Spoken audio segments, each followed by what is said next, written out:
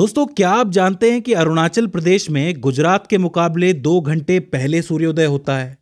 क्योंकि जब पश्चिमी गुजरात में सुबह के 4 बज रहे होते हैं, उसी समय पूर्वी अरुणाचल प्रदेश में सुबह के लगभग 6 बज रहे होते हैं। यही अंतर हमें अलग अलग देशों में भी देखने को मिलता है कि जब लंदन में रात के 12 बज रहे होते हैं, तब भारत में सुबह के 5:30 बज रहे होते हैं। तो सवाल उठता है कि ऐसा क्यों होता है और कैसे होता है। तो इसके लिए सबसे पहले हमें अपनी धरती के घूमने की दिशा को समझना पड़ेगा। हम जानते हैं कि हमारी धरती अपने अक्ष पर धुरी पर घूमती है और ये वेस्ट से ईस्ट की तरफ जाती है, यानी कि पश्चिम से पूर्व की ओर घूमती है। अगर कोई व्यक्ति पश्चिम की तरफ खड़ा है और एक व्यक्ति पूर्व की तरफ खड़ा है और घूम रही है वेस्ट टू ईस्ट, तो पहले सूर्य किसको नजर आएगा? जाहिर सी बात है, पूर्व वाले को नजर आएगा। तो इसका मतलब यह है कि जो पूर्व के देश हैं वहां जल्दी सूर्योदय होता है और पश्चिम के देश हैं वहां लेट सूर्योदय होता है। इसका अर्थ है कि अलग अलग जगह पे अलग अलग समय क्षेत्र बने हुए हैं। यहाँ समय थोड़ा जल्दी चल रहा है, यहाँ समय थोड़ा लेट चल रहा है। इसी को हम लोग कहते हैं टाइम जोन या फिर समय क्षेत्र। तो पहली बात तो आपको समझ आ गई कि धरती के घूमने की वजह से हर जगह अलग अलग टाइम जोन्स बने हुए हैं। कहीं पे सूर्योदय जल्दी हो रहा है, कहीं पे बाद में हो रहा है। तो अब सवाल ये उठता है कि हम इन टाइम जोन्स को पहचानेंगे कैसे कि कहाँ 8 बज रहे हैं, कहाँ 12 बज रहे हैं, कहाँ 2 बज रहे हैं।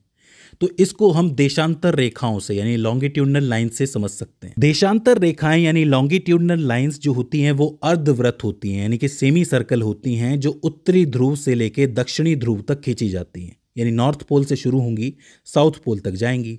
अर्धवृत्त यानी सेमी सर्कल से मेरा मतलब ये है कि आप इस तरह देख सकते हो कि एक पोल से शुरू हुई दूसरे पोल तक गई है, पूरा अर्धवृत्त हो जाता है, आधा सर्कल, सेमी सर्कल। ये तो एक लाइन हो जाती है। ऐसे ही दूसरी लाइन भी इस नॉर्थ पोल से निकलेगी और साउथ पोल तक जाएगी। लेकिन यहाँ पे एक बात आप देखोगे कि पोल्स पे तो ये आपस में जुड़ी हुई है, लेकिन जो आपकी भूमध्य रेखा है, इक्वेटर है, उस पे ये एक दूरी पे आ जाती है। अधिकतम दूरी, लॉन्गेस्ट डिस्टेंस इनके बीच का हो जाता है, जो कि लगभग 111.32 किलोमीटर है। अब एक बात समझो, चूंकि हमारी पृथ्वी अपने अक्ष पर, अपनी धुरी पर, अपने एक्सिस पर 24 घंटे में एक पूरा चक्कर पूरा कर लेती है, तो 24 घंटे में वो कितना डिग्री घूम गई?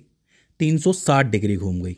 इस हिसाब से हमें 360 देशांतर रेखाएं यानी 360 लॉन्गिट्यूडनल लाइंस बनानी पड़ेगी, अर्धवृत्त बनाने पड़ेंगे कुछ इस तरीके से। इसका अर्थ ये हुआ कि धरती एक दिन में जब अपने अक्ष का पूरा चक्कर लगाती है, एक्सिस का पूरा चक्कर लगाती है, तो वो 360 देशांतर रेखाओं को पार कर जाती है, 360 लॉन्गिट्यूडनल लाइंस को क्रॉस कर जाती है। इसका मतलब एक देशांतर रेखा या एक देशांतर अर्धवृत्त, एक लॉन्गिट्यूडनल लाइंस 1 डिग्री के बराबर होगा। ध्यान से समझ लो कि 360 डिग्री घूमी है, 360 हमारे पास रेखाएं हैं, तो एक देशांतर रेखा इज इक्वल्स टू 1 डिग्री। अब यहाँ पे एक छोटा सा मैथमेटिक्स है कि 24 घंटे में 360 डिग्री घूम रही है धरती, तो 1 घंटे में कितना डिग्री घूमेगी? 360/24, तो 15 डिग्री घूमेगी। 1 घंटे में कितने मिनट होते हैं? 60 मिनट होते हैं। तो 60 मिनटों में 15 डिग्री हो रहा है, तो 1 डिग्री को कवर करने में कितना टाइम लगेगा? 4 मिनट लगेंगे। 60/15 4 मिनट लगेंगे। इसका अर्थ ये है कि जब धरती अपने अक्ष पे घूमेगी तो एक देशांतर रेखा से दूसरी देशांतर रेखा तक पहुंचेगी 4 मिनट में। समझ में आई बात? सिंपल है, ज्यादा मुश्किल नहीं है कि भाई जो धरती है वो 1 घंटे में 15 डिग्री घूम रही है, पूरे दिन में 360 डिग्री घूम रही है, तो 1 डिग्री को कवर करने में उसे 4 मिनट लग रहे हैं। अब ये बात समझ में आ गई हो तो एक स्पेशल बात समझते हैं। साल 1851 में एक साइंटिस्ट थे जिनका नाम था सर जॉर्ज एरी। उन्होंने एक मुख्य देशांतर रेखा की खोज की थी जो कि कुछ इस तरीके से गुजरती है धरती के बिल्कुल बीचों बीच। हालांकि 360 रेखाओं में से किसी भी रेखा को आप मुख्य रेखा मान सकते हो, लेकिन चूंकि उन्होंने खोज की थी इसलिए उनके हिसाब से इसे ही मेन रेखा माना जाएगा। ये जो रेखा थी इसे उन्होंने प्रधान मध्याय या प्राइम मेरिडियन कहा। ये रेखा कहाँ से गुजरती थी? यूनाइटेड किंगडम से, यूरोप से गुजरती थी। यहाँ से लंदन शहर है, वहाँ से गुजरती थी। अफ्रीका में घाना, अल्जीरिया, माली, टोगो और बुर्किना फासो से गुजरती थी और आखिर में अंटार्कटिका से गुजरती थी।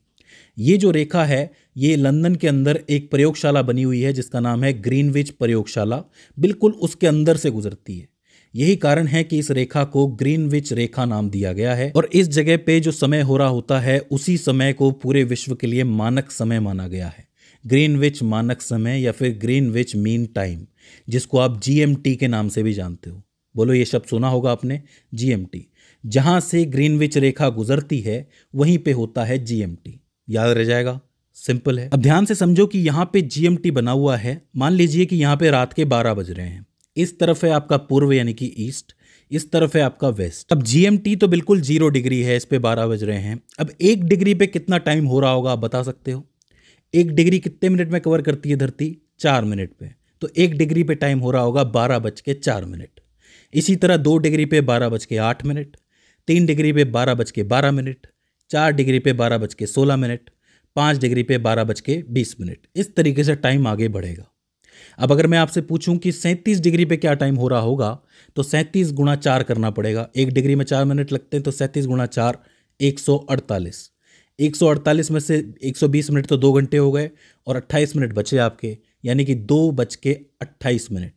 मतलब जीएमटी पे 12 बज रहे हैं, 37 डिग्री आगे चलोगे तो यहाँ पे 2:28 हो रहे हैं। इसी तरीके से अगर हम पश्चिम की तरफ जाएं, वेस्ट की तरफ जाएं, तो यहाँ पे 12 बज रहे हैं 0 पे। अगर मैं कहूँ कि 1 डिग्री वेस्ट में क्या टाइम हो रहा होगा, तो बज रहे होंगे 11:56। समझ रहे हो? 4 मिनट पीछे ले लिया। 2 डिग्री वेस्ट में यानी 2 डिग्री पश्चिम में क्या टाइम हो रहा होगा? 11:52। फिर 3 डिग्री पे 11:48। मतलब ईस्ट की तरफ तो टाइम आगे जा रहा है, वेस्ट की तरफ टाइम पीछे जा रहा है। और जीएमटी को यानी 0 डिग्री को हमने मानक मान रखा है। अब अगर मैं आपसे पूछूं कि 74 डिग्री पश्चिम या फिर 74 डिग्री वेस्ट पे क्या टाइम हो रहा होगा, तो आप निकाल सकते हो। सिंपल है, 74 को 4 से गुणा करो, कितना आएगा? 296 मिनट आएंगे। 296 मिनट यानी कितने घंटे भाई? 4 घंटे तो 240 मिनट के हो गए, बचे 56 मिनट। मतलब 4 घंटे 56 मिनट घटा दो, यहाँ बज रहे हैं 12। 12 से 4 घंटे 56 मिनट आप पीछे जाओगे, कितना हुआ? 7:04। समझ में आ रही है बात कि यहाँ पे 12 बज रहे हैं रात के और यहाँ शाम के 7:04 ही हो रहे हैं। तो यहाँ समय पीछे जा रहा है, यहाँ समय आगे जा रहा है।